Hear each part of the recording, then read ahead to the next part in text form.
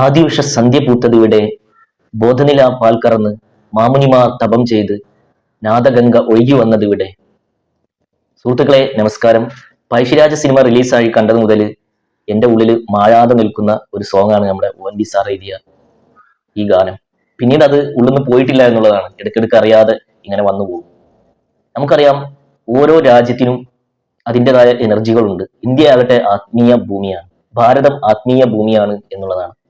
ആദിയുഷ സന്ധ്യ പൂത്തത് ഇവിടെയാണ്, ഭാരതത്തിലാണ്, ഇന്ത്യയിലാണ്, പ്രത്യേകിച്ച് നമ്മുടെ ദക്ഷിണേന്ത്യയിൽ, കേരളത്തിലാണ്, തമിഴ്നാടാണ് എന്നുള്ളത് മനസ്സിലാക്കുക. സുഹൃത്തുക്കളെ, നമുക്കറിയാം നമ്മുടെ രാജ്യം മുന്നോട്ടേക്ക് കുതിക്കുകയാണ്. എല്ലാവർക്കും റിപ്പബ്ലിക് ദിന ആശംസകൾ നേരുന്നു.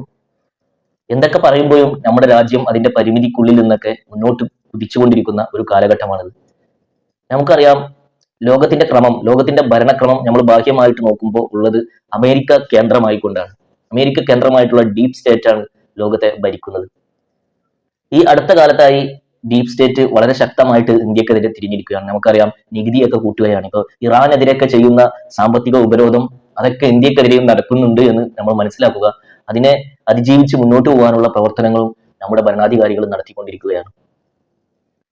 അതുപോലെ തന്നെ ഈ ഡീപ് സ്റ്റേറ്റിന്റെ വേറെ ഒരു അടവാണ് അല്ലെങ്കിൽ തന്ത്രമാണ് ഒരു രാജ്യത്ത് ആഭ്യന്തര കലാപം ഉണ്ടാക്കുക എന്നുള്ളത്. നമുക്കറിയാം, എല്ലാ രാജ്യത്തും അതിൻ്റെതായ പ്രശ്നങ്ങൾ ഉണ്ടാവും. ആ പ്രശ്നത്തെ മാധ്യമങ്ങൾ വെപ്പിച്ച് ഊതിപ്പെരിപ്പിക്കുക, എന്നിട്ട് അവിടെ തന്നെ പല നിലക്കും ആഭ്യന്തര കലാപങ്ങൾ ഉണ്ടാക്കുക എന്നുള്ളത് നമ്മൾ ഇനി വളരെ ശ്രദ്ധിക്കേണ്ട സമയമാണ്. അതായത് നമ്മുടെ രാജ്യത്ത് ആഭ്യന്തര കലാപം ഉണ്ടാകാതിരിക്കാൻ നമ്മൾ കൈകോർക്കേണ്ട സമയമാണ്. കാരണം അതിനുള്ള ശ്രമങ്ങളൊക്കെ നടന്നുകൊണ്ടിരിക്കും. അത് മതത്തിന്റെ പേരിലാകാം. നമ്മുടെ രാഷ്ട്രീയ പാർട്ടികൾക്കൊക്കെ ചിലപ്പോൾ മതത്തിന്റെ പേരുകൾ അങ്ങോട്ടും ഇങ്ങോട്ടും പറഞ്ഞ് വർഗീയ കാർഡ് വെക്കിയാൽ വോട്ടുകളൊക്കെ കിട്ടും. പക്ഷെ ഇനി അതിന്റെ സമയമല്ല, അത് ചെയ്യേണ്ട കാലമല്ല. കാരണം പുറത്തു നിന്നുള്ള ശക്തികൾ തന്നെ ഇവിടെ ആഭ്യന്തര കലാപം ഉണ്ടാക്കാൻ ശ്രമിക്കുന്ന സമയമാണ്.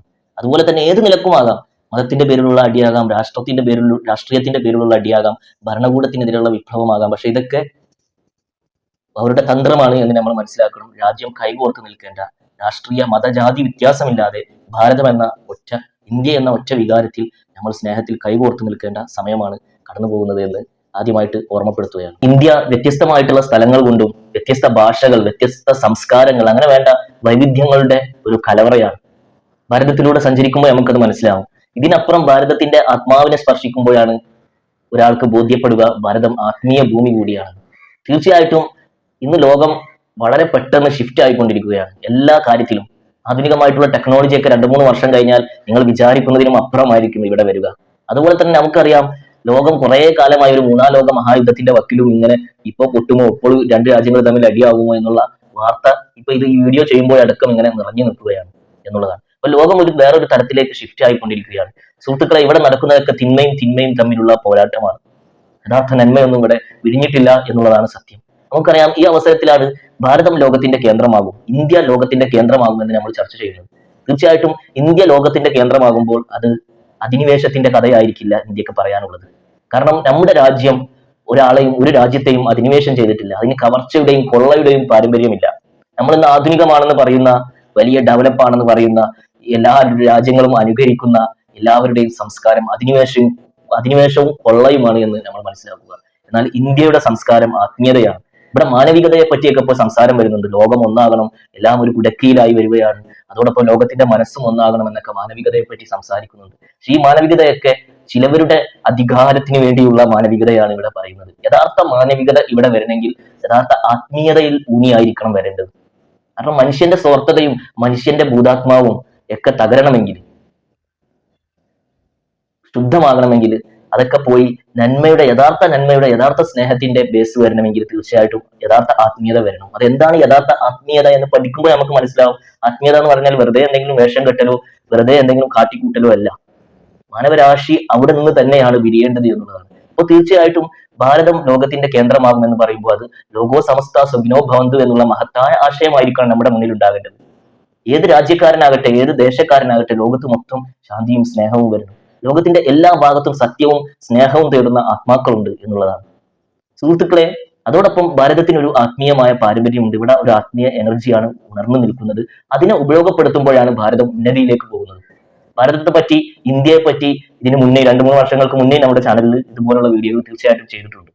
അപ്പൊ നമുക്ക് എങ്ങനെയാണ് ഭാരതം ആത്മീയമായി ഉയർന്നുകൊണ്ട് ഭാരതം ലോകത്തിന്റെ നെറുകയിലേക്ക് എങ്ങനെയാണ് യഥാർത്ഥത്തിൽ വരലെന്ന് നോക്കാം. അതിന് യഥാർത്ഥ ആത്മീയത എന്താണെന്ന് പഠിക്കണം. സുഹൃത്തുക്കളെ, ഇന്ത്യ എന്ന് പറഞ്ഞാൽ, ഭാരതം എന്ന് പറഞ്ഞാൽ യഥാർത്ഥത്തിൽ ബംഗ്ലാദേശും പാകിസ്ഥാനും ഒക്കെ ചേർന്നതായിരുന്നു. അധിനിവേശക്കാരൻ ഇന്ത്യയിൽ നിന്ന് ബാഹ്യമായിട്ട് സ്ഥലം കാലിയാക്കുമ്പോൾ ഇവിടെ വലിയൊരു ബോംബ് ഇട്ടുകൊണ്ടാണ് അവർ പോയത്. അത് വിഭജനത്തിന്റെ ബോംബാണ്. മതത്തിന്റെയൊക്കെ പേര് പറഞ്ഞ് നമ്മുടെ രാജ്യത്തെ വിഭജിച്ചു. അപ്പോൾ രണ്ട് ശത്രു രാജ്യമായിട്ട് ഇങ്ങനെ നിൽക്കുകയാണ്. എപ്പോഴും ലോകത്ത് ഇവരെ ചെയ്യുന്നത് എല്ലാം ഇങ്ങനെയാണെന്ന് നിങ്ങൾക്ക് കാണാം. ഇവിടെ നമ്മൾ നേരത്തെ പറഞ്ഞു, കൊള്ളക്കാരും അധിനിവേശക്കാരും ആയുധ കച്ചവടക്കാരുമാണ് ലോകത്തിന്റെ മുന്നിൽ ആധുനികരും ലോകത്തിന്റെ ഭരണാധികാരികളും ലോകത്തിന്റെ കടിഞ്ഞാറ് കയ്യിൽ പിടിച്ചവരുമായിട്ട് നിൽക്കുന്നത്. അവരുടെ പിറകിലും തീർച്ചയായിട്ടും ശക്തികൾ ഉണ്ടാകും എന്നുള്ളതാണ്. അപ്പൊ ഇവരുടെ ഒരു പ്രധാന സംഭവമാണ് എല്ലാ സ്ഥലത്തും ഒരു പ്രശ്ന മേഖലയാക്കി ഇവരെന്നെ ക്രിയേറ്റ് ചെയ്ത് വെച്ചിരിക്കും. സുഹൃത്തുക്കളെ, സയ്യിദ് യൂനിസ് അൽ ബോഹർ ഒരു സന്തോഷ വാർത്ത ലോകത്തോട് അറിയിച്ചിട്ടുണ്ട്. ഇന്ത്യയും പാകിസ്ഥാനും ബായി ബായി ആകുന്ന കാലം വരും. നമുക്കറിയാം, പാകിസ്ഥാനിലുള്ളത് തീവ്ര ഭരണകൂടമാണ്. നമുക്ക് എല്ലാവർക്കും അറിയുന്ന കാര്യമാണ്, തീവ്ര ഭരണകൂടമാണ്.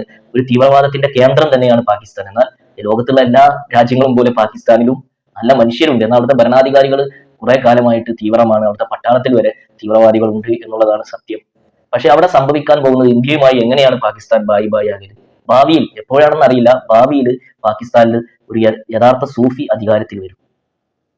യഥാർത്ഥ സ്നേഹവും സത്യവും യഥാർത്ഥ ആത്മീയ അടിത്തറവുമുള്ള ഒരു സൂഫി അധികാരത്തിൽ വരും. അവര് ഇന്ത്യയുടെ സഹായത്തോടെ ആയിരിക്കും വരിക. ഇന്ത്യയുമായിട്ട്, ഇന്ത്യയുടെ അന്ന് ഏതാണോ ഭരണാധികാരി, അവരുമായിട്ട് ബായി ബായി ആകും. തീർച്ചയായിട്ടും അത് ലോകത്ത് സംഭവിക്കേണ്ടതുണ്ട്. സുഹൃത്തുക്കളെ, അത് ഒരു വെറും സൂഫി ആയിരിക്കില്ല, ഭഗവാൻ കൽക്കിയെ, ഇമാം മഹദിയെ അംഗീകരിക്കുന്ന സൂഫി കൂടിയായിരിക്കും. സുഹൃത്തുക്കളെ, ഇനി നമ്മൾ വിഷയത്തിലേക്ക് നേരെ കടക്കുകയാണ്. എങ്ങനെയാണ് ഇന്ത്യ ആത്മീയതയിൽ ഊന്നിക്കൊണ്ട് ലോകത്ത് ഉയർന്നു വരല്? അതിന് ഇന്ത്യയിൽ യഥാർത്ഥ ആത്മീയത വരേണ്ടതുണ്ട്. യഥാർത്ഥ ആത്മീയത എന്താണ്? യഥാർത്ഥ ആത്മീയത ആത്മാവിനെ ഉണർത്തലാണ്. നമുക്കറിയാം, ഇത് കലികാലമാണ്. കലികാലത്ത് യഥാർത്ഥ ആത്മീയത ഇല്ലാതെ ആയിരിക്കുകയാണ്. അതായത് നമ്മൾ ഈ ചാനലിൽ തന്നെ വേറെ വീഡിയോകളിലൊക്കെ പലവട്ടം ഇത് പറഞ്ഞിട്ടുണ്ട്. ആത്മഹൃദയത്തിന്റെ നാമദീക്ഷയാണ്. നമുക്കറിയാം, ഇന്ത്യയിൽ ധാരാളം ഋഷിവര്യന്മാരും ധാരാളം വിശുദ്ധരും വന്ന ഇടമാണ് ഇന്ത്യ. അതുകൂടാതെ പുറത്തു നിന്നുള്ള വിശുദ്ധരെയും സ്വീകരിച്ച ഇടമാണ് ഇന്ത്യ. യഥാർത്ഥത്തിൽ പുറത്തുനിന്ന് വന്ന വിശുദ്ധവർക്ക് വരെ ആത്മീയ ഭൂമിയായ ഇന്ത്യയോടായിരുന്നു അവരുടെ ആത്മാവിന് ബന്ധമുണ്ടായിരുന്നത്, അവർക്ക് ഉള്ളിൽ ഇഷ്ടമുണ്ടായിരുന്നത്. ഇരുട്ടുള്ള പല പ്രദേശങ്ങളിലുമാണ് പല മഹത്തുക്കളും ഉദിച്ചത്. ഇപ്പോ യേശു ഉദിച്ചത് ജെറൂസലമിലാണെങ്കിൽ യേശുവിന് വരെ ഇന്ത്യയിൽ സ്നേഹമുണ്ടായിരുന്നു. മുഹമ്മദ് നബി ഉദിച്ചത് മക്കയിലാണെങ്കിൽ മുഹമ്മദ് നബിയുടെ ഹൃദയം, ആത്മാവ് ഇന്ത്യയിലായിരുന്നു എന്നുള്ളതാണ്. അതുകൊണ്ടാണ് പിന്നീട് അറബിയിൽ ഹിന്ദ് എന്ന് പേര് ഇടുന്നവർ വരെ കൂടുതലായിട്ട് വന്നത്. അവർക്ക് തന്നെ ഇന്ത്യയോടൊരു സ്നേഹം ഉണ്ടായിരുന്നു, മുഹമ്മദ് നബിക്ക് സ്നേഹം ഉണ്ടായിരുന്നു. നമ്മൾ മനസ്സിലാക്കേണ്ടത്, എല്ലാ ധർമ്മവും യഥാർത്ഥത്തിൽ മനുഷ്യന്റെ ആത്മാവിനെ ഉണർത്താനുള്ള ആത്മീയതയാണ് അതിന്റെ കാതൽ. എന്നാൽ ഓരോരുത്തർ പോയ ശേഷം, ഇപ്പോൾ മുഹമ്മദ് നബിയെ, യേശുവിനൊക്കെ അല്ലെങ്കിൽ പലവരും വിമർശിക്കുന്നുണ്ടാകാം. ഈ മതത്തിൽ നിൽക്കുന്നവർ ആ മതത്തിലുള്ളവരെ വിമർശിക്കും, ഈ മതക്കാർ ആ മതക്കാരെ വിമർശിക്കും. ഇതൊക്കെ നടക്കുന്നത് എന്താണെന്ന് പറഞ്ഞാൽ, ഇപ്പം മുഹമ്മദ് നബി ആണെങ്കിൽ മുഹമ്മദ് നബി പോയ ശേഷം പലരും പല ഹദീസുകളും പല വ്യാഖ്യാനങ്ങളൊക്കെ എഴുതി അദ്ദേഹത്തിന്റെ പേരിലുള്ള ഹിസ്റ്ററി വരെ എഴുതുന്നത് അദ്ദേഹത്തിന്റെ വിരുദ്ധരായിട്ടുള്ള ആളുകളായിരിക്കും. ഇതിൽ കയറി കൂടിയായിരിക്കും അതിൽ മായം കലർത്തുക. ഇത് സിമ്പിൾ ലോജിക്കാണ്.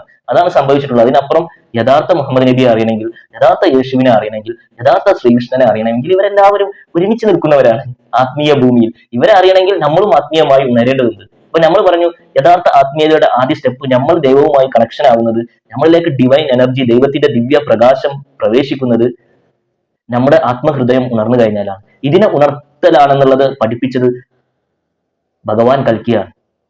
ഇന്ത്യയിൽ യഥാർത്ഥ ആത്മീയത ഉയർന്നു വരൽ ഭഗവാൻ കൽക്കിയിലൂടെയാണ്. ആത്മഹൃദയം ഉണർന്നാലാണ് യഥാർത്ഥ ഡിവൈൻ ലവ്, ദിവ്യ സ്നേഹം വരുന്നത്. അത് ആ ദിവ്യ സ്നേഹത്തിൽ നിന്നാണ് യഥാർത്ഥ മാനവികത വരുന്നത്. അല്ലാതെ ഇവിടെ പറയുന്ന മാനവികതയൊക്കെ വെറും കച്ചവടക്കാരന്റെ മാനവികത മാത്രമാണ്. യഥാർത്ഥ സ്നേഹം മനുഷ്യന്റെ വരണമെങ്കിൽ മനുഷ്യന്റെ മനസ്സും മനുഷ്യന്റെ ഭൂതാത്മാവും നെഗറ്റീവും ഒക്കെ ശുദ്ധമാകണമെങ്കിൽ അവന്റെ ആത്മഹൃദയം ആദ്യം ഉണരേണ്ടതുണ്ട്. അതാണ് ആത്മീയത. ആത്മീയതയ്ക്ക് ഇവിടുത്തെ ജീവിതവുമായിട്ടും ലോകവുമായിട്ടും ഒക്കെ ബന്ധമുണ്ട്, വേറിട്ട് നിൽക്കുന്ന ഒരു സംഭവമല്ല. അപ്പൊ തീർച്ചയായിട്ടും അത് ഉണരുന്നുണ്ട്. അത് ഉണർന്നു കഴിഞ്ഞാലാണ് ആത്മാവ് ഉണരുന്നത്.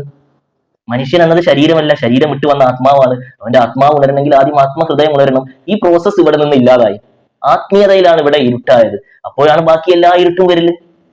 കാതല് മായം കലർന്നാൽ ബാക്കിയൊക്കെ മായം കലരല്ലോ. പ്രിയപ്പെട്ട സുഹൃത്തുക്കളെ, അതുകൊണ്ടാണ് ഇവിടെ കലികാലമായത്, ഇരുട്ടായത്. മനുഷ്യന്റെ ഹൃദയങ്ങൾ അസ്തമിച്ചു. അപ്പൊ ഹൃദയത്തെ ഉണർത്തിക്കൊണ്ട് ഇവിടെ പലരും ആത്മീയ സരണികളും ഒക്കെ ഉണ്ട്. മതങ്ങൾ മായം കലർന്ന പോലെ, നമ്മൾ നേരത്തെ പറഞ്ഞ പോലെ തന്നെ ആത്മീയ സരണികളും മായം കലർന്നു. അതിന്റെ ഒരു ഗുരു പോകുമ്പോൾ അടുത്ത ഗുരുവിലേക്ക് ഏൽപ്പിക്കലൊക്കെ ഇങ്ങനെ നടന്നു എന്നല്ലാതെ അതിന്റെ കാതലൊക്കെ പോയി. അപ്പൊ മഹാ ആത്മീയതയുമായിട്ട് മഹാ അവതാരം, നമുക്കറിയാം അവസാനത്തെ അവതാരം പൂർണ്ണ അവതാരമാണ്. എല്ലാവരും കാത്തിരുന്ന അവതാരമാണ്. ഭഗവാൻ കൽക്കി എന്നും ഇമാം മഹദി എന്നും മിഷാഹ എന്നും ഒക്കെ പറഞ്ഞ ആ അവതാരത്തെ തന്നെയാണ് കാത്തിരുന്നത്. ആ മഹാ അവതാരം ഭൂമിയിലേക്ക് വരും. അവരെ എങ്ങനെയാണ് തിരിച്ചറിയല്? സ്നേഹത്തിന്റെ സത്യം തേടുന്ന ആത്മാക്കൾ അവരെ തിരിച്ചറിയും. അവരെവിടെ നിന്നാണ് വരുന്നത്? തീർച്ചയായിട്ടും ഒരു സംശയവുമില്ല, ഹിന്ദിൽ നിന്നാണ് വരുന്നത്. സുഹൃത്തുക്കളെ, ഹിന്ദിൽ നിന്നും ആ പരിമളം അടിച്ചിരിക്കുന്നു. സർക്കാർ റിയാസ് അഹമ്മദ് ഗോർ ഷാഹി ഭഗവാൻ കൽക്കി വന്നിരിക്കുന്നു. സ്നേഹത്തിന്റെ ആത്മാക്കൾ അവിടുത്തെ പുതിയും, അവിടുത്തെ ആകർഷിക്കും, അവിടുന്ന് യഥാർത്ഥ ആത്മീയത സമഗ്രമായി പഠിപ്പിച്ചിരിക്കുന്നു. അവിടുത്തെ ആദ്യത്തെ വരവിൽ ബേസിക് ആയിക്കൊണ്ട് യഥാർത്ഥ ആത്മീയത സമഗ്രമായിട്ട് പഠിപ്പിക്കും. അത് പഠിപ്പിക്കുകയും അതിനെ പ്രാക്ടിക്കലാക്കുകയും ചെയ്യും. മനുഷ്യന്റെ ആത്മഹൃദയത്തെ ഉണർത്തും. പുരോഹിതന്മാരും വലിയ വലിയ ഗുരു ചമഞ്ഞിരിക്കുന്ന, എന്നാൽ യഥാർത്ഥ ആത്മീയത പോലും എന്താണെന്ന് അറിയാത്തവരെല്ലാം ഭഗവാൻ കൽക്കിയെ ഇമാം മഹദിയെ സ്വീകരിക്കൽ. സത്യത്തെ അന്വേഷിക്കുന്ന ലോകവും ഈ പുരോഹിതരൊക്കെ സാധാരണക്കാരൻ എന്ന് പറയുന്ന ആളുകളാണ്. സുഹൃത്തുക്കളെ, ഹിന്ദിയിൽ നിന്ന് ആ പരിമളം അടിച്ചിരിക്കുന്നു. തീർച്ചയായിട്ടും പാകിസ്ഥാനിൽ നിന്നും ഇന്ത്യയിൽ നിന്നും, ഇതൊക്കെ ഭാരതം തന്നെയാണ്, ബംഗ്ലാദേശിൽ നിന്നും ഒക്കെ സത്യാത്മാക്കൾ ജാതി മത ദേശ വ്യത്യാസമില്ലാതെ ഹിന്ദുക്കളും മുസ്ലിങ്ങളും ക്രിസ്ത്യാനികളും മതമില്ലാത്തവരും എല്ലാം അവിടുത്തെ സ്വീകരിച്ചിരിക്കുന്നു. സ്വീകരിച്ച് അവിടെ നിന്ന് നാമദീക്ഷ വേങ്ങി, നാമധാരം വേങ്ങി, ഹൃദയത്തിന്റെ നാമദീക്ഷ വേങ്ങി, ഹൃദയം ഉണർന്ന് ആത്മാവിനെ ഉണർത്തി അവിടെ വിളക്ക് കത്തിച്ച് കാത്തിരിക്കുന്നു, ആകാംക്ഷപൂർവ്വം കാത്തിരിക്കുന്നു. സുഹൃത്തുക്കളെ, തീർച്ചയായിട്ടും ഈ ബേസ് ഇന്ത്യയിലൊക്കെ നടന്നുകൊണ്ടിരിക്കുന്നു. ലോകത്തിന്റെ വിവിധ ഭാഗങ്ങളിലുള്ള സത്യാത്മാക്കൾ അവിടത്തോട് അണയുന്നു. അവിടെ നിന്ന് ആത്മഹൃദയത്തിന്റെ നാമദീക്ഷ വാങ്ങുന്നു. യഥാർത്ഥ ഡിവൈൻ ലവിലേക്ക്, യഥാർത്ഥ സ്നേഹത്തിലേക്ക്, യഥാർത്ഥ ദൈവികതയിലേക്ക് പ്രവേശിക്കുന്നു. എല്ലാ മനുഷ്യർക്കും ആത്മഹൃദയമുണ്ട്, ആത്മാവുണ്ട്. അതിനെ ഉണർക്കുക, അതിൽ ദീപം കത്തിക്കുക. അപ്പോഴാണ് ഒരു മനുഷ്യനാകുന്നത് സുഹൃത്തുക്കളെ. അപ്പോൾ തീർച്ചയായിട്ടും എല്ലാ മനുഷ്യരും തമ്മിലുള്ള യഥാർത്ഥ സ്നേഹം, യഥാർത്ഥ മാനുഷിക സ്നേഹം വരുന്നത് അപ്പോഴാണ്. വെറുതെ പുറമെ എന്തെങ്കിലും കാട്ടിക്കൂട്ടിയത് കൊണ്ടോ അഭിനയിച്ചത് കൊണ്ടോ ഒന്നും ഇത് വരില്ല. തീർച്ചയായിട്ടും ഈ ഒരു അടിത്തറ ഇവിടെ ഒരുങ്ങിക്കൊണ്ടിരിക്കുന്നു എന്നുള്ളതാണ്. തീർച്ചയായിട്ടും പലരും പല വിധത്തിലുള്ള പ്രവർത്തനങ്ങൾ ചെയ്യുന്ന കൂട്ടങ്ങളും ഒറ്റപ്പെട്ട് സത്യത്തെ സ്നേഹിച്ച് മുന്നോട്ട് പോകുന്നവരും ഒക്കെ ഉണ്ട്. അവരൊക്കെ അവസാനം തീർച്ചയായിട്ടും ഭഗവാൻ കൽക്കിയിലേക്ക് വന്നു ചേരും എന്നുള്ളതാണ്. ഹിന്ദിൽ നിന്ന് ആ പരിമളം ഉയർന്നിരിക്കുന്നു. തീർച്ചയായിട്ടും ഭഗവാൻ കൽക്കി പൂർണ്ണ അവതാരമാണ്. ഇപ്പോൾ ആത്മീയത സമഗ്രമായി പഠിപ്പിച്ച് അതിന്റെ വിത്ത് ഇടുന്നു. അതിനപ്പുറം ആത്മീയതക്കും അപ്പുറം എന്താണ്? അതും വെളിപ്പെടൽ. ഇതുവരെ ലോകത്ത് വെളിപ്പെടാത്ത എല്ലാ സത്യങ്ങളും, മൂടിവെക്കപ്പെട്ട സത്യങ്ങളും, ഈ ഭൗതിക ലോകത്തെ പറ്റി തന്നെയുള്ള സത്യങ്ങളും, ഏതൊക്കെ ആത്മലോകങ്ങളുണ്ട് അവിടുത്തെ സത്യങ്ങളും, ആത്മലോകങ്ങൾക്കും ദൈവിക സിംഹാസനത്തിനും അപ്പുറം ദൈവലോകത്തെ പറ്റിയുള്ള സത്യങ്ങളും എല്ലാം വെളിപ്പെടലും അതിന്റെ വിത്തെല്ലാം ഇവിടെ ഇറങ്ങലും ഭഗവാൻ കൽക്കിയുടെ കാലത്താണ്. തീർച്ചയായിട്ടും ഭഗവാൻ കൽക്കി പൂർണ്ണ പ്രഭയോടെ രണ്ടാം വരവ് വരുന്നതാണ്. ആദ്യത്തെ വരവിൽ അദ്ദേഹം അവിടുന്ന് ഇതിന്റെയൊക്കെ അടിത്തറ പാകി. അടുത്ത വരവിൽ തീർച്ചയായിട്ടും നീതിയും സത്യവും ധർമ്മവും സ്ഥാപിക്കാൻ തീർച്ചയായിട്ടും വരുന്നതാണ് എന്ന് നിങ്ങൾ മനസ്സിലാക്കുക. അതിന്റെ മുന്നോടിയായിട്ടുള്ള കാര്യങ്ങളാണ് ഇപ്പോൾ നടന്നുകൊണ്ടിരിക്കുന്നത്. തീർച്ചയായിട്ടും നമുക്കറിയാം, ലോകത്ത് മനുഷ്യൻ തന്നെ പരസ്പരം അടിക്കാൻ ആയുധങ്ങളൊക്കെ കൂട്ടിവെച്ചിരിക്കുകയാണ്. തീർച്ചയായിട്ടും മനുഷ്യൻ തമ്മിലടിക്കും, രാജ്യങ്ങളൊക്കെ തമ്മിലടിക്കും, പല പ്രശ്നം. നമ്മൾ പറഞ്ഞു തിന്മയും തമ്മിലാണ് പോരാട്ടം. ഇതൊക്കെ സംഭവിക്കും സുഹൃത്തുക്കളെ. ഇതൊക്കെ സംഭവിച്ചതിന് അവസാനം ഇവിടെ ഒരു കപടനം വരാനുണ്ട്. എല്ലാ കാലത്തും എല്ലാത്തിനും നേതാവുണ്ട്. നന്മക്കൊരു പൂർണ്ണ പ്രകാശത്തിന്റെ അവതാരം അവസാന കാലത്ത് വരുന്നത് പോലെ തന്നെ തിന്മയുടെ ഒരു മൂർത്തിയും തീർച്ചയായിട്ടും വരും. അവരെ പുരോഹിതന്മാരിൽ മിക്കവരും, മുസ്ലിം പുരോഹിതന്മാരും ക്രിസ്ത്യൻ പുരോഹിതന്മാരും കഥ അറിയാത്ത ഹിന്ദു പുരോഹിതന്മാരും ഒക്കെ മിക്കവരും ഈ കപടനെ, അവനെയാണ് ദജ്ജാൽ എന്നും ആന്റിക്രിസ്റ്റ് എന്നും പറഞ്ഞത്, കപടനെ പോയിട്ട് പിന്തുടരും. അവർ മതത്തിന്റെ ബാഹ്യവശങ്ങളൊക്കെ പറയും. എല്ലാ മതത്തിലെ കപടന്മാരും മതമില്ലാത്തവരുടെ കപടന്മാരും അവിടെ ചേരും. എന്നാൽ എല്ലാ മതത്തിലുമുള്ള സ്നേഹത്തിന്റെ സത്യത്തിന്റെ ആത്മാക്കൾ ഭഗവാൻ കൽക്കിയിൽ ചേരും. ഭഗവാൻ കൽക്കിയെ ഏറ്റവും കൂടുതൽ സ്വീകരിക്കൽ ഇന്ത്യയിൽ നിന്നാണ്. ജാതി മത വ്യത്യാസമില്ലാതെ നമ്മളെല്ലാവരെയും സ്വീകരിച്ച സംസ്കാരമുള്ളവരാണ്. ഇന്നും ഉത്തരേന്ത്യയിൽ ഭഗവാൻ കൽക്കിയെ സ്വീകരിച്ചവരുണ്ട്. ഇനിയും അത് അധികരിക്കും. ഇന്ത്യയിൽ നിന്നാവും അവിടുത്തെ കൂടുതൽ സ്വീകരിക്കുക. അതുകൂടാതെ ലോകത്തിന്റെ എല്ലാ ഭാഗത്തുള്ള സത്യാത്മാക്കളും അവിടുത്തെ സ്വീകരിക്കും എന്നുള്ളതാണ് സുഹൃത്തുക്കളെ. അപ്പൊ ഇതൊക്കെ പോകും. രാത്രി കഴിയും, പകൽ സമീപിക്കും, പകൽ പുലരും. ഇവിടുത്തെ യുദ്ധങ്ങളും മറ്റുള്ള സംഭവങ്ങളും ഒക്കെ ഇവര് ചെയ്തു കൂട്ടാൻ വെച്ചതൊക്കെ ചെയ്തു കൂട്ടി തീയൊന്ന് ആളിക്കത്തി അവസാനം കെടും. അവസാനം ഭഗവാൻ കൽക്കിയുടെ സംഘം തന്നെ വിജയിക്കും. ഭഗവാൻ കൽക്കിയുടെ കൂടെ എല്ലാവരും ഉണ്ടായിരിക്കും. എല്ലാവരും ആത്മീയമായി ഉണ്ടായിരിക്കും. ഭഗവാൻ കൃഷ്ണനും ശ്രീരാമനും മുഹമ്മദ് നബിയും യേശുവും എല്ലാം ആത്മീയമായി ഉണ്ടായിരിക്കും. അതുകൂടാതെ അവിടത്തോട് ചേരുന്ന ബാഹ്യമായി തന്നെ ഇപ്പൊ ഭൂമിയിലുള്ള സീക്രറ്റ് ആളുകളും അവിടത്തോട് ചേരുന്നവരുണ്ടാകും. സുഹൃത്തുക്കളെ, ഇതൊക്കെ ഇവിടെ സംഭവിക്കാൻ പോവുകയാണ്. അപ്പൊ തീർച്ചയായിട്ടും ഇപ്പോൾ നടന്നുകൊണ്ടിരിക്കുന്നതൊക്കെ ഇതിന്റെ ഭാഗമായിട്ടുള്ള ഓരോ സ്റ്റെപ്പുകളാണെന്ന് മനസ്സിലാക്കുക. കൂടുതൽ വിഷയങ്ങൾ നമുക്ക് പിന്നീട് പറയാവുന്നതാണ്. തീർച്ചയായിട്ടും സർക്കാർ റിയാസ് അഹമ്മദ് ഗോർ ഷാഹിയുടെ ദൈവത്തിന്റെ മതം എന്നുള്ള ഗ്രന്ഥമുണ്ട്. അത് നിങ്ങൾ പറഞ്ഞാൽ ഫ്രീ ആയിട്ട് നിങ്ങൾക്ക് അയച്ചു തരുന്നതാണ്. അതുപോലെ തന്നെ അൾട്രാ ടിവിയിൽ ഇരുന്നുകൊണ്ട് ഭഗവാൻ കൽക്കിയുടെ രഹസ്യം സയ്യിദ് യൂനുസ് അൽ ഗോഹർ ലോകത്തോട് സംസാരിക്കുന്നുണ്ട്. ഇന്ത്യൻ സമയം 4 മണിക്ക് അവിടുന്ന് ലൈവിൽ വരും. നിങ്ങൾക്ക് കേൾക്കാവുന്നതാണ്. മനുഷ്യരെ പറ്റി, മനുഷ്യന്റെ ആത്മാവിനെ ഉണർത്തുന്നതിനെ പറ്റി, അതിനപ്പുറമുള്ള പല രഹസ്യങ്ങളെ പറ്റിയും സംസാരിച്ചു കൊണ്ടിരിക്കുന്നു. ലോകത്ത് യഥാർത്ഥ ആത്മീയതയുടെ അടിത്തറ ഒരുക്കിക്കൊണ്ടിരിക്കുന്നു. സുഹൃത്തുക്കളെ, മനുഷ്യന്റെ യഥാർത്ഥ അടിത്തറ ഒരുക്കുന്ന പ്രവർത്തനവും ലോകത്ത് ഇപ്പൊ ഇതിനൊക്കെ അപ്പുറം ഡീപ്പിൽ ആഴത്തിൽ നടക്കുന്നുണ്ട്. തീർച്ചയായിട്ടും നിങ്ങൾക്ക് പഠിച്ചു നോക്കാം. അവിടുത്തെ സ്വീകരിക്കാൻ ഒന്നിനും ചേരേണ്ടതോ ഒരു നിബന്ധനയോ ഒന്നുമില്ല. അവിടുന്ന് ഈ ആത്മഹൃദയത്തിന്റെ നാമധാരം ലോകത്ത് വിതറിയിരിക്കുകയാണ്. അവിടുത്തെ ഫോട്ടോ നോക്കി നിങ്ങൾക്ക് ആ നാമധാനം സ്വീകരിക്കാവുന്നതാണ്. ചൊല്ലിത്തരുന്നവർ മാത്രമായിരിക്കും. നിങ്ങൾ അതിന്റെ ആത്മാവായതുകൊണ്ടാണ് അവിടെ എത്തുന്നത്. നിങ്ങൾ അത് സ്വീകരിച്ച് നിങ്ങൾ പ്രകാശത്തിന്റെ ദൈവിക വിത്ത് ആയിക്കഴിഞ്ഞാൽ ബാക്കിയൊക്കെ സംഭവിക്കും. നിങ്ങളോടൊന്നും പറയേണ്ടതില്ല. നിങ്ങൾ ഭഗവാൻ കൽക്കിയുമായിട്ട് ഹൃദയബന്ധമാകും. നിങ്ങൾക്കുള്ളിൽ ഈ ദിവ്യ സ്നേഹം വന്നാൽ നിങ്ങൾ എല്ലാ വിശുദ്ധരെയും നാവ് കൊണ്ടല്ലാതെ ഹൃദയം കൊണ്ട് അറിയും, ആത്മാവ് കൊണ്ട് അറിയും. യഥാർത്ഥ സ്നേഹം വരും നിങ്ങൾക്ക്. സുഹൃത്തുക്കളെ, കൂടുതൽ നിങ്ങൾക്ക് പഠിച്ചു നോക്കാം. തീർച്ചയായിട്ടും ഭാരതം ഉയരുക തന്നെ ചെയ്യും. ഭാരതത്തെ തകർക്കാൻ, ഇന്ത്യയെ തകർക്കാൻ ഒരു ശക്തിക്കും കഴിയില്ല. നിങ്ങൾ ഇന്നത്തെ യുക്തിയും കേവല യുക്തിയൊക്കെ വെച്ചിട്ട് ഭാരതത്തെ അളക്കുന്നുണ്ടാകും. അതുപോലെ നമ്മൾ ഭാരതത്തെ, ഇന്ത്യയെ തീർച്ചയായിട്ടും നമ്മൾ ഭരണാധികാരിയെ എതിർത്തുകൊണ്ട് ഭാരതത്തെ, ഇന്ത്യയെ എതിർക്കുന്ന ഒരു തരത്തിലേക്ക് എത്തരുത്. നമ്മുടെ രാജ്യത്ത് പാർട്ടികൾ മാറിയാലും നമ്മുടെ പ്രധാനമന്ത്രി നമ്മുടെ രാജ്യത്തിന്റെ പ്രധാനമന്ത്രിയാണ്.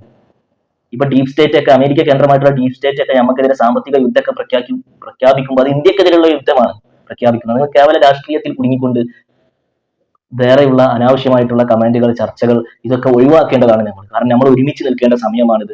തീർച്ചയായിട്ടും ഇതൊക്കെ ഇവിടെ സംഭവിക്കുക തന്നെ ചെയ്യും. ഇന്ത്യയെ ഒരു ശക്തിക്കും തകർക്കാൻ കഴിയില്ല എന്നുള്ളതാണ്. ഇന്ത്യ ബേസ് ചെയ്തിട്ടാണ് ഇവിടെ ആഴത്തിലുള്ള ആത്മീയതയുടെ ഉയർത്തിയെഴുന്നേൽപ്പ് വരെ നടക്കാൻ പോകുന്നത് എന്നത് രഹസ്യമാണ്. ഇന്ത്യയിൽ നിന്ന് ഭഗവാൻ കൽക്കി ഉദിക്കുമെന്നല്ല, ഉദിച്ചിരിക്കുന്നു. ഇമാം മഹദി, ഭഗവാൻ കൽക്കി, ഭഗ്ദത്ത മിശിഹ, ലോകം കാത്തിരിക്കുന്ന മഹാപ്രണയത്തിന്റെ പൂർണ്ണ അവതാരം സർക്കാർ റിയാസ് അഹമ്മദ് ഗോവർ ഷാഹി വന്നിരിക്കുന്നു. അവിടുന്ന് പൂർണ്ണ പ്രഭയോടെ അടുത്ത വരവ് ലോകത്തോട് പബ്ലിക് ആകാനുള്ള സമയം അടുക്കുന്നു എന്നുള്ളതും നിങ്ങൾ മനസ്സിലാക്കുക. തീർച്ചയായിട്ടും അവിടുത്തെ ഫോട്ടോ നോക്കിയാൽ തന്നെ നിങ്ങൾ സത്യത്തിന്റെ ആത്മാവാണെങ്കിൽ അവിടത്തോട് ആകർഷിക്കുന്നതാണ് എന്ന് മനസ്സിലാക്കുക. ലോകത്ത് ഇന്ത്യ തകരില്ല, ഭാരതം തകരില്ല എന്ന് പറയുമ്പോൾ ഭാരതത്തിന്റെ ആത്മീയ അടിത്തറ ഉയർന്നു വരും എന്നത് മുറുകെ പിടിച്ചാണ് നമ്മൾ പറയുന്നത്. അതിനർത്ഥം ഇവിടെ ലോകത്ത് യഥാർത്ഥ ആത്മീയതയിലൂന്നിയ സ്നേഹവും സത്യവും ധർമ്മവും ലോകത്തെ എല്ലാ മനുഷ്യരെയും ഒന്നിപ്പിക്കുന്ന യഥാർത്ഥ സ്നേഹവും ഇവിടെ ഉയർന്നു വരുമെന്നാണ്. അതുകൊണ്ട് ജയ് ഹിന്ദ്, വന്ദേ മാതരം. സുഹൃത്തുക്കളെ, പാകിസ്ഥാനിൽ നല്ലൊരു ഭരണാധികാരി വരും എന്നുള്ളത് നമ്മൾ പറഞ്ഞു. ഒരു സൂഫി ഭരണാധികാരി വരും. ആ ഭരണാധികാരി വന്നാൽ തീർച്ചയായിട്ടും ചെയ്യുക എന്താണെന്ന് പറഞ്ഞാൽ, അവിടെ വെറുതെ സ്നേഹവും സമാധാനവും എന്നൊക്കെ വെറുതെ പറഞ്ഞിരുന്നാൽ അവിടെ സമാധാനവും സ്നേഹവും ഒന്നും വരില്ല. ലോകത്ത് തന്നെ സ്നേഹത്തെയും സമാധാനത്തെയും ചവിട്ടിത്താത്തി അതിന്റെ മുകളിൽ പലരും പല കുബുദ്ധികളും സിംഹാസനങ്ങൾ പണിതിരിക്കുകയാണ്. പാകിസ്ഥാനിലാണെങ്കിൽ അവിടുത്തെ സകല തീവ്രവാദികളെയും, പട്ടാളത്തിലും ഭരണകൂടത്തിലും എല്ലാമുള്ള സകല തീവ്രവാദികളെയും ഒതുക്കുകയും ജയിലിലാക്കുകയും ചെയ്യുകയും ചെയ്യും. അപ്പോഴാണ് അവിടെ പിന്നീട് വളരെ സ്മൂത്ത് ആയിട്ട് പോകല്, അല്ലെങ്കിൽ വീണ്ടും അവർ ഉയർന്നു വരും. നമ്മൾ ലോകത്തിലേക്ക് പോകുമ്പോൾ നമ്മൾ പറഞ്ഞു, ലോകത്തൊരു അനീതിയുടെ, തിന്മയുടെ ക്യാപ്റ്റൻ വരും. അവൻ മതത്തിന്റെ കുപ്പായം അണിഞ്ഞാവും വരില്ല. ബാഹ്യമായിട്ടുള്ള എല്ലാ മതത്തിന്റെ കപട ആളുകളും, എല്ലാ മതത്തിൽപ്പെട്ടവരും അവനെ പിന്തുടരും. എല്ലാ കപടന്മാരും അവനെ പിന്തുടരും. ആന്തരിക കണ്ണുള്ളവർ, യഥാർത്ഥ സ്നേഹത്തെ തേടുന്നവർ ഭഗവാൻ കൽക്കി റിയാസിലെത്തും. തീർച്ചയായിട്ടും അനീതിയുടെ സിംഹാസനമാണ് ഇന്ന് ലോകത്തുള്ളത്. അനീതിയുടെ സിംഹാസനം സ്ഥാപിച്ചുകൊണ്ട് അതിന് പിറകിലുള്ളവരും അതിന്റെ പിറകിലുള്ളവരും ഒക്കെ പൈശാചിക ശക്തികളൊക്കെ ലോകത്ത് അവരുടെ വൈബ്രേഷനാണ് ഇപ്പൊ കൂടി നിൽക്കുന്നത്. സ്നേഹത്തിന്റെ ആത്മാക്കൾ വിലാപത്തിലാണ്, കരയുകയാണ്. എന്നാൽ അവരിലേക്ക് ഏറ്റവും വലിയ മരിക്കാത്ത നിധി ഇട്ടുകൊണ്ട് ഭഗവാൻ കൽക്കി ഇവിടെ പണി തുടങ്ങിയിരിക്കുന്നു എന്ന് നിങ്ങൾ മനസ്സിലാക്കുക. ഈ അനീതിയുടെ കോട്ടകളൊക്കെ തകരുക തന്നെ ചെയ്യും. അതൊക്കെ തകരാനുള്ളതാണ് എന്ന് മനസ്സിലാക്കുക. നമ്മൾ ഇന്ത്യയുടെ കാര്യം പറഞ്ഞു. ഇന്ത്യയുടെ അശോക ചക്രത്തിലുള്ള സിംഹം സൈലന്റ് ആയിരുന്നു ആദ്യം. ഇപ്പൊ അത് ഗർജിക്കുന്നതായിട്ടുണ്ട്. തീർച്ചയായിട്ടും ഗർജിക്കേണ്ടതുണ്ട് എന്നുള്ളതാണ്. സുഹൃത്തുക്കളെ, കേരളത്തിൽ കുംഭമേള നടക്കുകയാണ്. നിങ്ങൾ അറിഞ്ഞിട്ടുണ്ടാവും, മഹാമാങ്കം നടക്കുകയാണ്. ഞാൻ അതിൽ പോയിരുന്നു. വളരെ മനോഹരമായിട്ട് നടക്കുന്നുണ്ട്. എല്ലാവരും എത്തിച്ചേരുന്നുണ്ട്. നമ്മുടെ നിളയോരത്ത് ഒരു താൽക്കാലിക പാലം തയ്യാറാക്കിയിട്ടുണ്ട്. അതിലൂടെയാണ് പോവേണ്ടത്. അതൊന്നും കൂടി ഉഷാറാക്കണമായിരുന്നു. ശരിക്കും നമ്മുടെ സർക്കാരൊക്കെ അതിന് മുൻകൈ എടുക്കേണ്ടതാണ്. അടുത്ത കുംഭമേളം ഇതിലും ഉഷാറാക്കി സജ്ജീകരണങ്ങളൊക്കെ ഒരുക്കേണ്ടതുണ്ട്. കാരണം അതിലൂടെ കുറച്ച് പേർക്ക് മാത്രമേ പോകാൻ കഴിയുള്ളൂ. താൽക്കാലിക പാലാണല്ലോ. പിന്നീട് വെയിറ്റ് ചെയ്ത് നിൽക്കണം, അങ്ങോട്ട് പോകുന്നവരും ഇങ്ങോട്ട് പോകുന്നവരും. അതൊക്കെ അവിടെ നിൽക്കട്ടെ. ഏതായാലും 271 വർഷത്തിന് ശേഷം കുംഭമേളം കേരളത്തിൽ തിരിച്ചു വന്നിരിക്കുകയാണ്. എന്താണ് കുംഭമേളം എന്ന് പറഞ്ഞാൽ? അതിന്റെ ബാഹ്യമായിട്ടുള്ള രാഷ്ട്രീയ ചർച്ചകൾ, അതിനെ ചിലർ മുതലെടുക്കാൻ ശ്രമിക്കുന്നത്, അതൊക്കെ നമ്മൾ മാറ്റുക. ഇവിടെ അതിനപ്പുറമുള്ള ഒരു കാര്യം നടക്കുന്നുണ്ട്. അതിനൊക്കെയാണ് ഇതൊക്കെ തിരിച്ചു വരുന്നത്. എല്ലാം തിരിച്ചു വരേണ്ടതുണ്ട്. എന്താണെന്ന് പറഞ്ഞാൽ, കുംഭമേളം എന്ന് പറഞ്ഞാൽ എല്ലാവരും ഒത്തുചേരും. പണ്ട് മുതലേ നടത്തിയിരുന്ന, അതായത് പല ആചാരങ്ങൾ ചെയ്യുന്ന പല സന്യാസി രീതികളിലുള്ളവർ, പല സന്യാസിമാരും അവരുടെ രീതികളും ആചാരങ്ങളും ഒക്കെ അവിടെ വന്ന് ചെയ്യും. ഇപ്പൊ യോഗാചാര്യന്മാർ വന്ന് അവിടെ യോഗ ചെയ്യും. പല മെഡിറ്റേഷൻ ചെയ്യുന്നവർ വരും, പല പൂജകളും ചെയ്യുന്നവർ വരും. പല അറിവുകളും ഉള്ളവരായിരിക്കും, പല രീതിയിലുള്ളവരായിരിക്കും. അവരൊക്കെ അറിവുകൾ പങ്കുവെക്കും. അവിടെ വന്ന് തങ്ങും. സാധാരണക്കാർ വരും. എല്ലാവരും ഒഴുകി വരും. ഒരു സംഗമം. നമ്മുടെ കേരളത്തിൽ മുന്നേ അങ്ങനെ ഉണ്ടായിരുന്നു. അത് പിന്നെ കുംഭമേള പോയി, പിന്നെ മാമാങ്കം മാത്രമായി, പിന്നെ മാമാങ്കവും ഇല്ലാതെയായി. അപ്പോൾ അത് തിരിച്ചു വന്നിരിക്കുകയാണ്. പലവരും അവിടെ വരുന്നുണ്ട് എന്നുള്ളതാണ്. പലവരും എത്തിപ്പെടുന്നുണ്ട്. നല്ല രീതിയിൽ തന്നെ നടക്കുന്നുണ്ട്. കേരളത്തിന്റെ ഇപ്പോ നിങ്ങൾക്കും ചിലർക്ക് അനുഭവം ഉണ്ടാവും. നമ്മളൊക്കെ ആദ്യം ഒന്ന് ശാന്തമായി ഒറ്റക്കൊക്കെ പോയിരിക്കുന്നവര് നിളയോരത്ത് പോയിരിക്കൽ പ്രത്യേക ഒരു ത്രില്ലാണ്. നമ്മുടെ നിളയോരത്ത് അത് കേരളത്തിന്റെ ഒരു എനർജി പോയിന്റ് ആണ് നമ്മുടെ നിളയോരം. ഭാരതപ്പുഴയുടെ തീരത്ത് നിളയോരത്ത് വീണ്ടും നമ്മുടെ ആത്മസംഗമം. ഇത് ആദിയോഗിയുടെ മണ്ണാണ്. അതിയുഷ സന്ധ്യ പൂത്തത് ഇവിടെ. കേരളം ആദിയോഗിയുടെ, ഭഗവാൻ ശിവന്റെ മണ്ണാണ്. ആദമിന്റെ മണ്ണാണ്.